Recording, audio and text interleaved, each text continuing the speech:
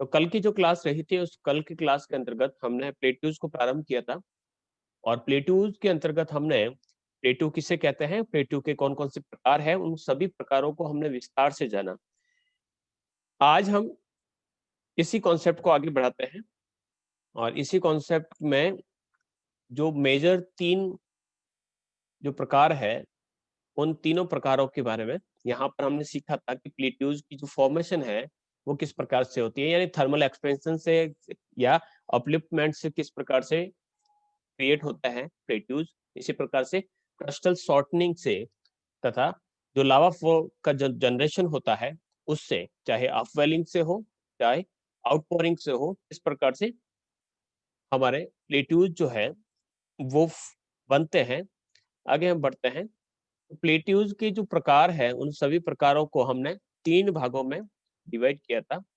ये 3 भाग इस प्रकार से मैंने कल इसके बारे में अच्छी तरीके से डिस्कस किया है। आकृति के अनुसार भी ये हमारा कंप्लीट हो चुका है, एकदम से सिंपल सा कॉन्सेप्ट है। जो एरिड रीजन में है वो एरिड प्लेट्यूज और जो ह्यूमिड रीजन में है वो ह्यूमिड प्लेट्यूज और जो आइस कवर्ड है वो आइस कवर्ड या हिमाच्छादित प्लेट्यूज के नाम से जानते हैं। इसी प्रकार से जो डोम शेप में है, चाहे आपके डिसेक्टेड यानी कटे-फटे हैं या टेरेस यानी एक सीढ़ी के अनुसार है, इस प्रकार से हम जो पठार है, उन पठारों को अलग-अलग भागों में डिवाइड कर सकते हैं।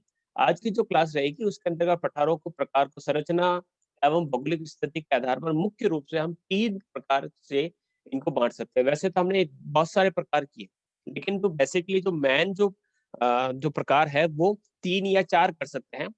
3 या 4 के अंतर्गत हम जैसे कि इसके इंटरमॉन्टेन को पढ़ेंगे।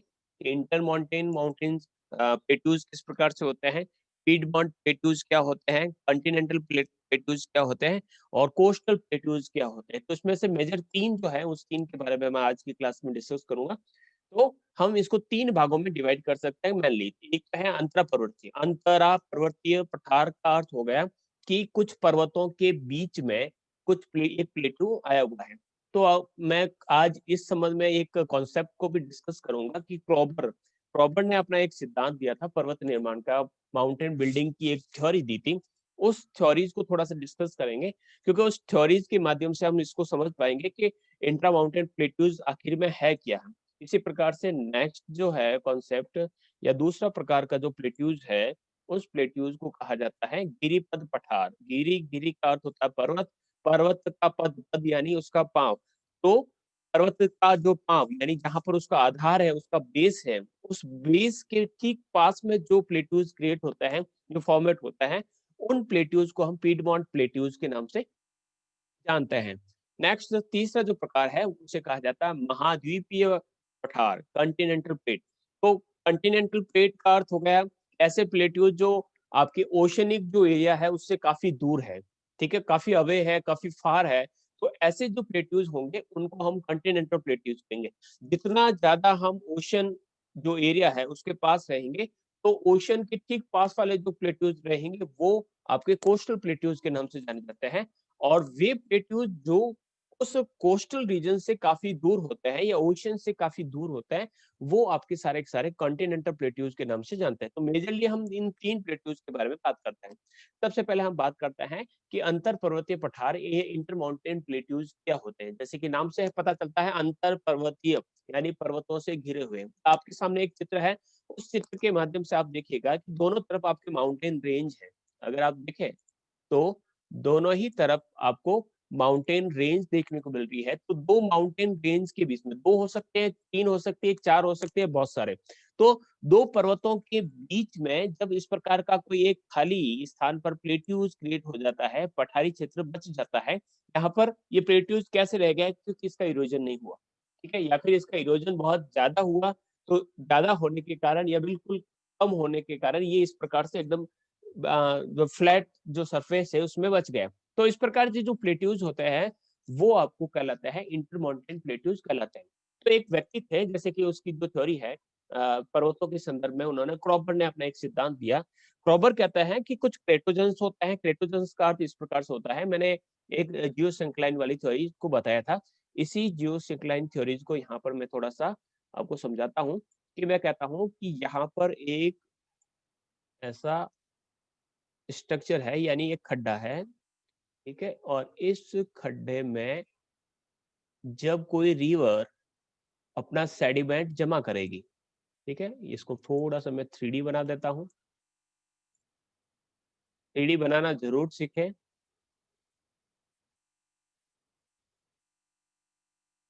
मैंने इसको थोड़ा सा रफली बना देते हैं, ठीक है। हाँ, तो यहाँ पर अब क्या हुआ कि जो कोई रिवर है, मान लीजिए ये कोई नदी है, और नदी जो है अपना जो सेडिमेंट है वो कहाँ पर जमा कर रही है, इस कचरे के अंदर, यहाँ पर इस खड्डे के अंदर डाल रही है। क्योंकि जो रिवर्स होती है वो सेडिमेंट ऐसे चित्रों में डालती है जहाँ पर कोई खड्डा हो और खड्डे को भरेगी। तो जो रिवर है, उस रिवर ने, उस नदी ने बहुत सारे कचरे को इस जगह पर जमा कर दिया, तो यहाँ पर कचरे का ढेर लगेगा, लगता जाएगा। इस कचरे के ढेर को क्या कहा जाता है, भू अभिनीति कहा जाता है, या जियोसिंक्लाइन कहा जाता है। तो सेडिमेंट्स का यहाँ पर डिपोजिशन होगा। सेडिमेंट का डिपोजिशन होगा, जो ये इसका जो बेस है ये क्या जाएगा, नीचे की तरफ जाएगा। भार बढ़ेगा, जैसे जैसे भार बढ़ेगा तो ये नीचे की तरफ जाएगा। जब ये भाग नीचे की तरफ जाएगा तो इसके दो भाग जो साइड वाले हैं, ये वाला हिस्से, एक ये वाला हिस्सा और एक ये वाला हिस्सा, ये दोनों हिस्सों क्या कहेंगे, पास में आ जाएंगे। मैं आपको वीडियो के अंतर्गत मेरा स्टार्ट करवाता हूँ। और मैंने कहा कि मेरे पास पेपर है और मैंने इस पेपर को लिया, ठीक है। अब इस पेपर के बीच में से, जैसे कि बीच वाला जो हिस्सा है, इसके अंदर मैंने इस प्रकार से भार डाला, तो देखिएगा ऊपर वाले दोनों हिस्से जो है वो बिल्कुल पास में आ रहे हैं। ऊपर वाले हिस्से क्या रहेंगे, पास में। जैसे जैसे इसका मैं फोल्ड करूंगा ये नीचे की तरफ जाएंगे, तो वैसे वैसे ये जो है ऊपर वाला भाग है, दोनों ही जो भाग है वो पास में आएंगे, यानी ये वाला हिस्सा और ये वाला हिस्सा, ये पेपर के दोनों हिस्से, ठीक है। तो अगर मैं नीचे में बीच वाले हिस्से में अगर कुछ डिपोजिशन कर रहा हूँ, तो जैसे जैसे जैसे कि फ्लैट था, अब डिपोजिशन बढ़ता गया है, तो देखिएगा ऊपर वाले जो हिस्से है एकदम पास में आ रहे हैं, ठीक है, एकदम पास में आ रहे हैं। तो पास में आ रहे हैं तो क्या होगा कि ये जो बीच वाला जो भाग है, ये जो डिपोजिशन है, ये जो वाला जो हिस्सा है, जो बिल्कुल बीच में जो सेडिमेंट्स जमा हो रखे हैं, वो सेडिमेंट्स क्या हो गए, अचानक से अपलिफ्ट हो गए और क्या हो जाएगा, यहाँ से बीच में से बाहर निकल जाएंगे, ठीक है। तो बीच में से जो बाहर निकलने वाला जो भाग होगा, वो जो भाग होगा वो आपके फोल्डेड माउंटेन के नाम से जाना जाता है, ऐसा वो कवर कहते हैं, ठीक है। तो दो इस प्रकार की जो जियो सिंक्लाइन है, उस दो जियो सिंक्लाइन के बीच में आप देखेंगे कि बीच का जो भाग है वो खाली रह जाता है, यानी बीच का एक ऐसा भाग है जो बिल्कुल भी कह सकते, दो पर्वतों के बीच पर ऐसे ऐसे दो पर्वत बन जाएंगे, और दो पर्वतों के बीच का जो भाग रहेगा वो एकदम बिना इरोजन के रह जाएगा।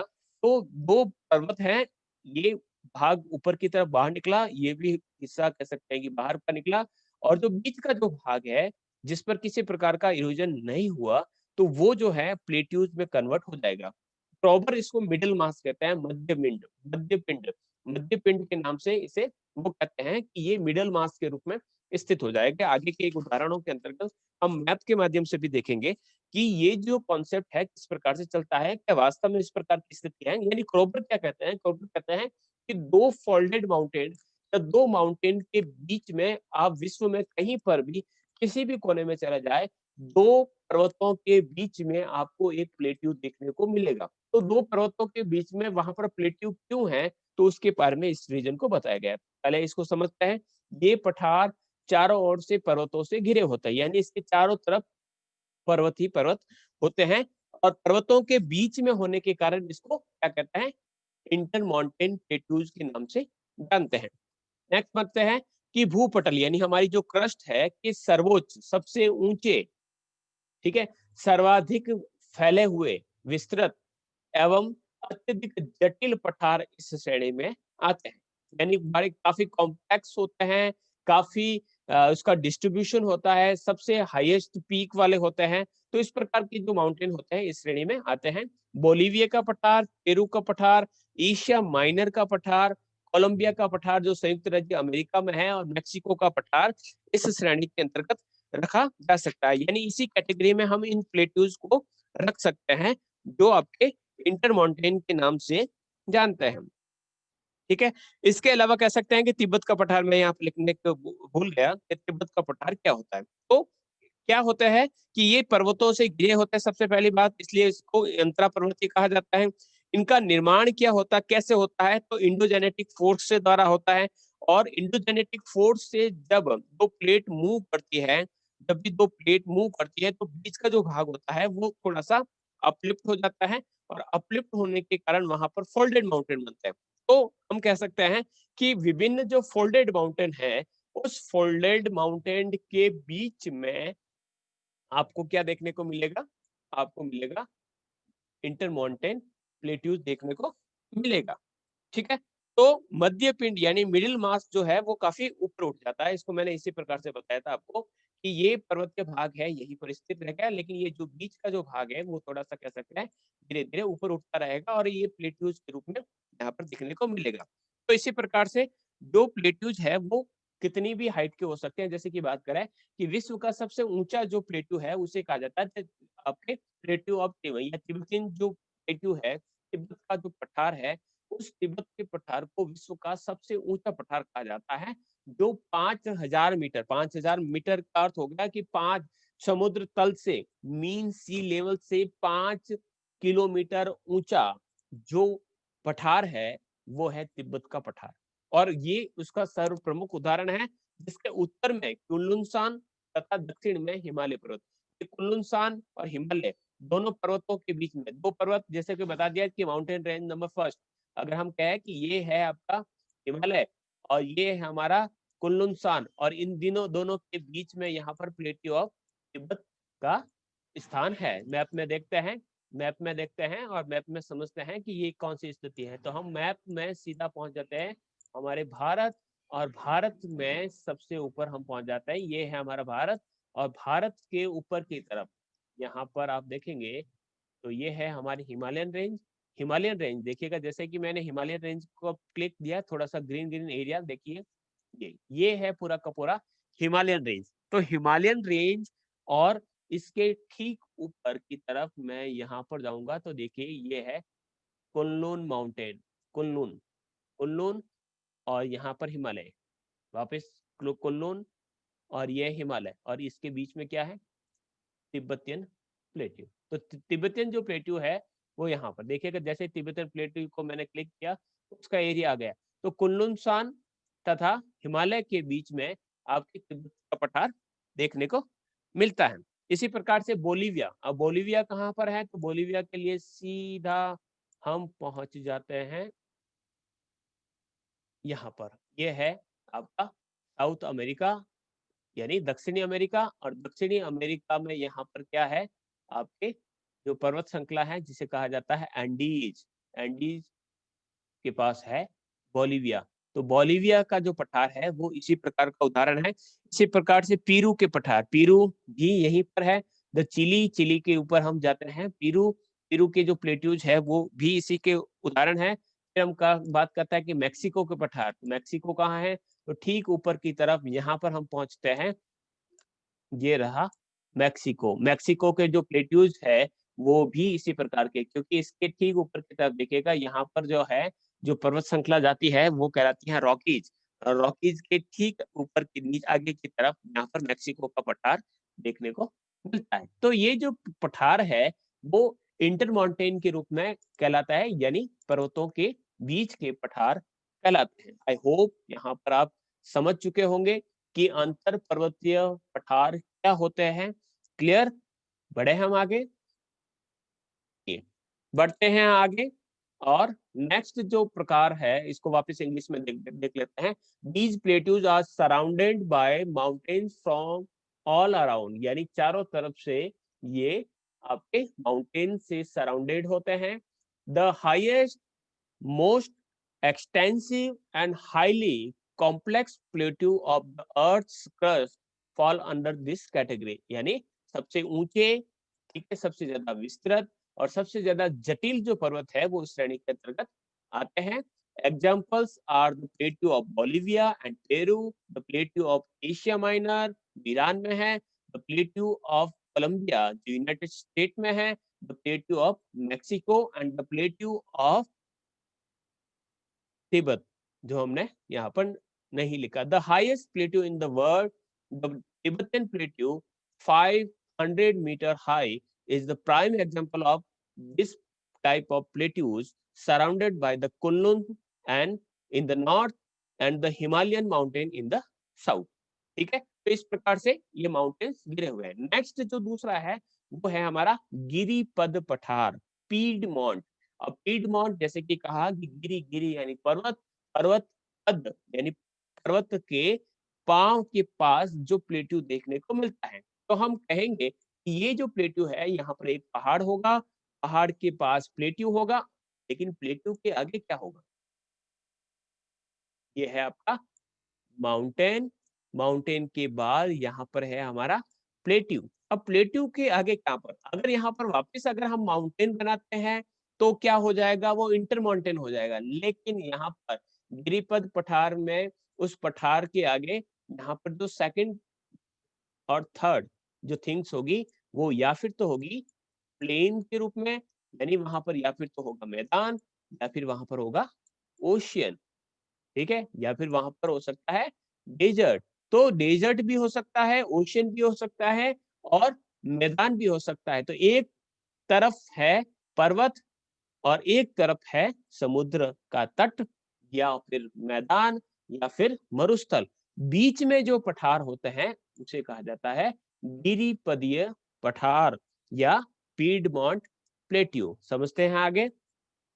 पर्वतों के आधार पर स्थित, आधार यानी उसका बेस के यानी उसका जो पांव है पर स्थित पठारों को गिरिपद या पर्वतीय पठार भी कहा जाता है। पर्वतीय पठार यानी माउंटेन प्लेट्यू भी कहा जाता है इसे। ये एक और ऊंचे पर्वतों से घिरे होते हैं, यानी एक तरफ तो है ऊंचे ऊंचे से पहाड़ और दूसरी तरफ या फिर तो सागर से या फिर मैदान से घिरे हुए होते हैं। संयुक्त राज्य अमेरिका का पीडमोंट पठार व दक्षिणी अमेरिका का पैटागोनिया का पठार इसी प्रकार का एक सर्वोत्तम उदाहरण है। सबसे पहले हम इन दोनों ही जगह पर पहुंच जाते हैं और दोनों ही जगह पर आप देखते हैं। सबसे पहले हम पहुंचते हैं पीडमोंट। अब पीडमोंट कहाँ मिलेगा? ये मिल गया हमें पीडमोंट। पीडमोंट कहाँ पर है? तो इसके ठीक ऊपर की तरफ देखिएगा, यहाँ पर देखिए ब्लू रिज माउंटेन है। ब्लू रिज माउंटेन जो अपलेशियन श्रेणी का भाग है, तो अपलेशियन के ठीक नीचे ये जो यहाँ पर एक पठारी क्षेत्र पाया जाता है। तो एक तरफ है यहाँ पर पहाड़, फिर है आपकी पठार और पठार के बीच में पास में आ गया क्या? समुद्र का तट। तो इस प्रकार के जो प्लेट्यूज है वो कहलाते हैं पीडमोंट प्लेट्यू, ठीक है। दूसरा जो उदाहरण है इसका वो दे रखा है दक्षिणी अमेरिका का पैटागोनिया। तो हम दक्षिणी अमेरिका पहुंच जाते हैं। हम थे उत्तरी अमेरिका में, उत्तरी अमेरिका के बाद सीधे पहुंच जाते हैं दक्षिणी अमेरिका में। और दक्षिणी अमेरिका में जैसे कि नाम दिया गया है वो है पैटागोनिया। पैटागोनिया कहाँ पर है? तो हम सीधा यहाँ पर पैटागोनिया को ढूंढते हैं। पैटागोनिया ये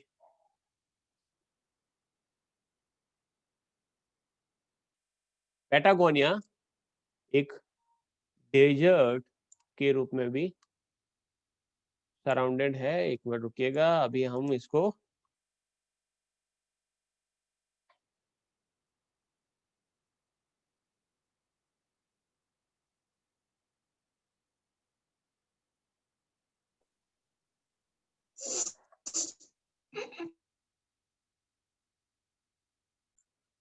पैटागोनिया तो